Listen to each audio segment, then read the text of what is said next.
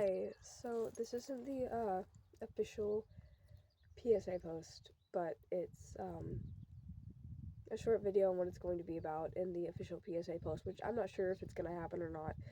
So if you would like count this as the PSA post, if it ever does get posted, I will let people know. But this is a quick partial PSA to what the actual PSA video is going to be, if it happens. So recently, my dog just passed away, and there could have been a multitude of reasons behind it, but there are a few specific things that we're pretty sure the main cause, and I just want to alert anybody of any of these so that they don't have to go through the experience of what I just did, aka I mean, if your dog has normal seizures, then your dog has normal seizures, but I just lost my dog through a seizure. And she had been really sick beforehand. But the reason she was so sick and started having seizures was what we're pretty sure because of the flea and tick products that we used. Um, if if you put flea and tick medicine on your dog and they're ever rolling around or start trying to get it off in any way, take it off of them immediately. Please use Dawn dish soap. It helps get it off a lot easier. If you have to do a few different washes, but every single wash, use Dawn dish soap, please. But yes, get it off of them immediately if they start trying to get it off. And if your dog happens to start getting sick after you use that flea and tick medicine, stop using it. Contact a vet.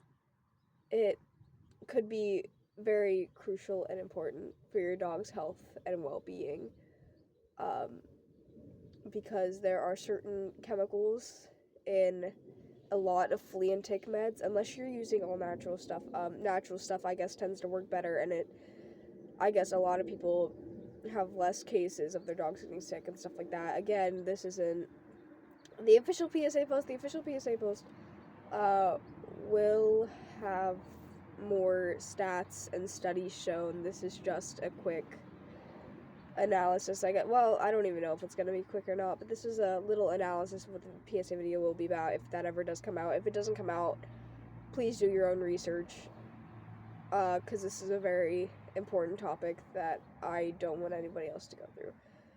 But, continuing on, about that PSA and everything, be careful about what you use on your dog and how far down you put it on them, because if they're able to ingest it in any sort of way, even if it's just a small amount, it can and will get them extremely sick unless you catch it in advance, because it can easily kill them. It doesn't matter how much they ingest. They can ingest a small bit, and they could easily start getting sick and die from it. So if your dog's, like I said before, if your dog starts getting sick when using flea and tick medicine, whatever flea and tick you're using, please get them off of it. Contact a vet. Have the vet tell you what to do. Because worst case scenario, they get extremely sick, and what happened to my dog might happen to yours. This goes for cats too, not just dogs. Animals in general. I don't know if it's all animals in general. Like I said, I don't have all the stats at the moment.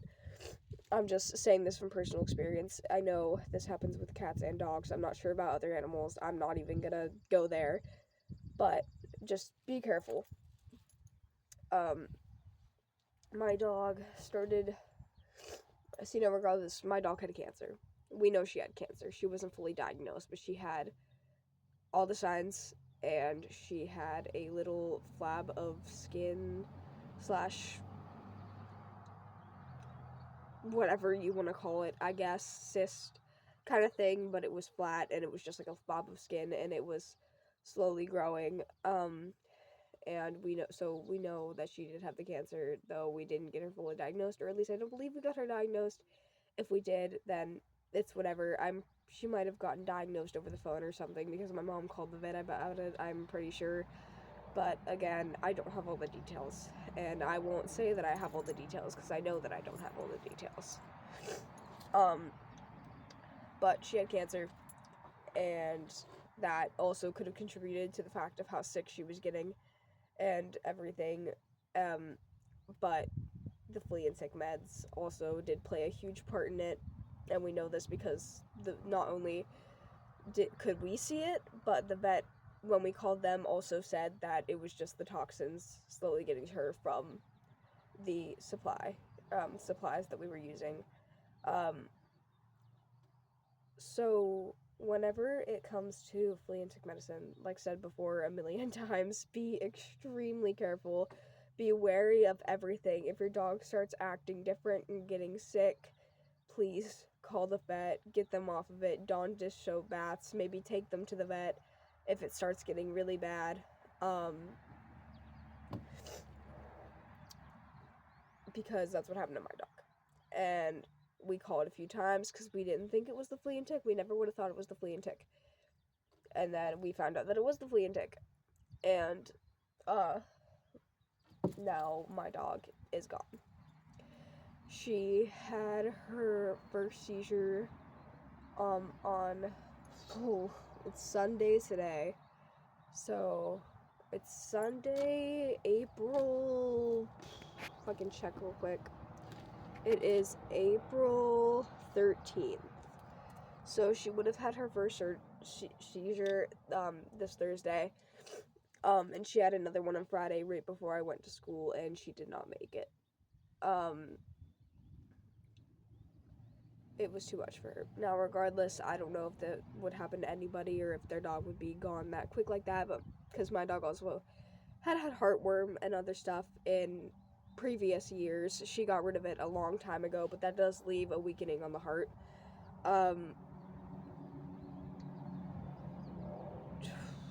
So just be wary of any flea and tick product you use. Probably, I would imagine some other products would do this too.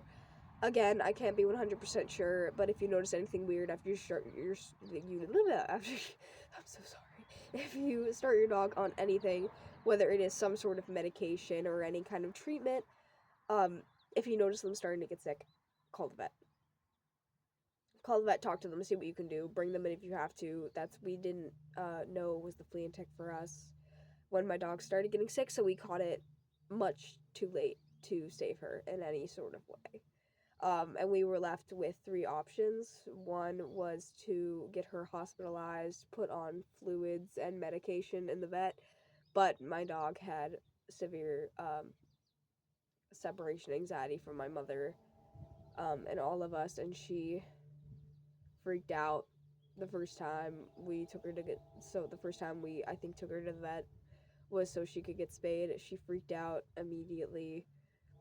It was right after we had finished fostering her, or I think it was close to the end of the time fostering her, and then we adopted her.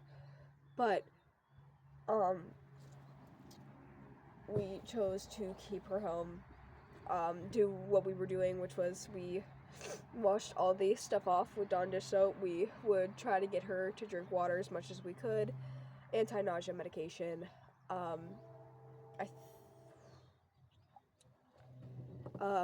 We started liquid food about a day before she died or so. So that didn't last long, but we were forcing water into her when we had to.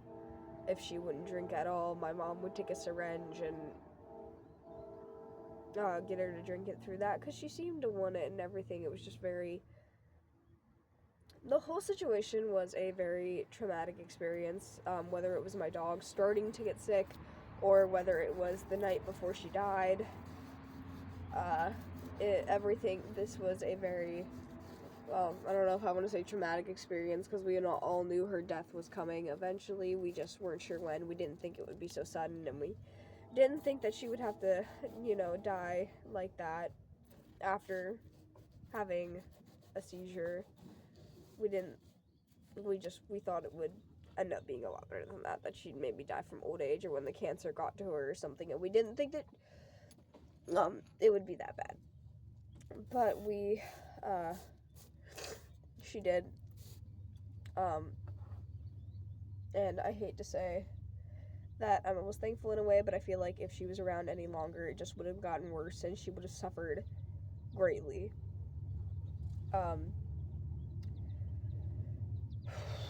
So, again, be wary of any pet products you use, anything that you start doing. Again, I, like said a million times, I don't have all the stats up, so I would definitely recommend going to do your own research. I probably will provide stats soon enough, and if I do not, remind me if you wish. Just be careful, be wary. You notice anything off about your dog, call the vet. Don't continue the treatment if it's making them sick.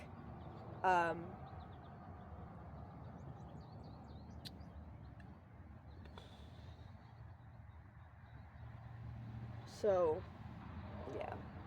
I guess that's about the whole PSA. If you guys have any other questions, please let me know in the comments. I will be happy to answer anything that you have questions about.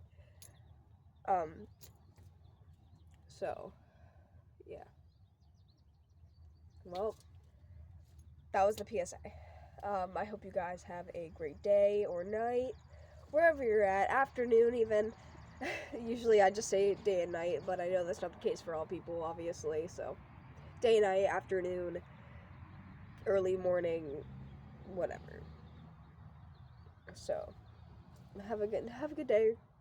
Just try, and the comment section is not only a place to ask questions, but if you need to vent about anything such as animal death or anything like this, I know I talked about it a little bit in this video, so if you need to vent about that in the comments, please do go ahead.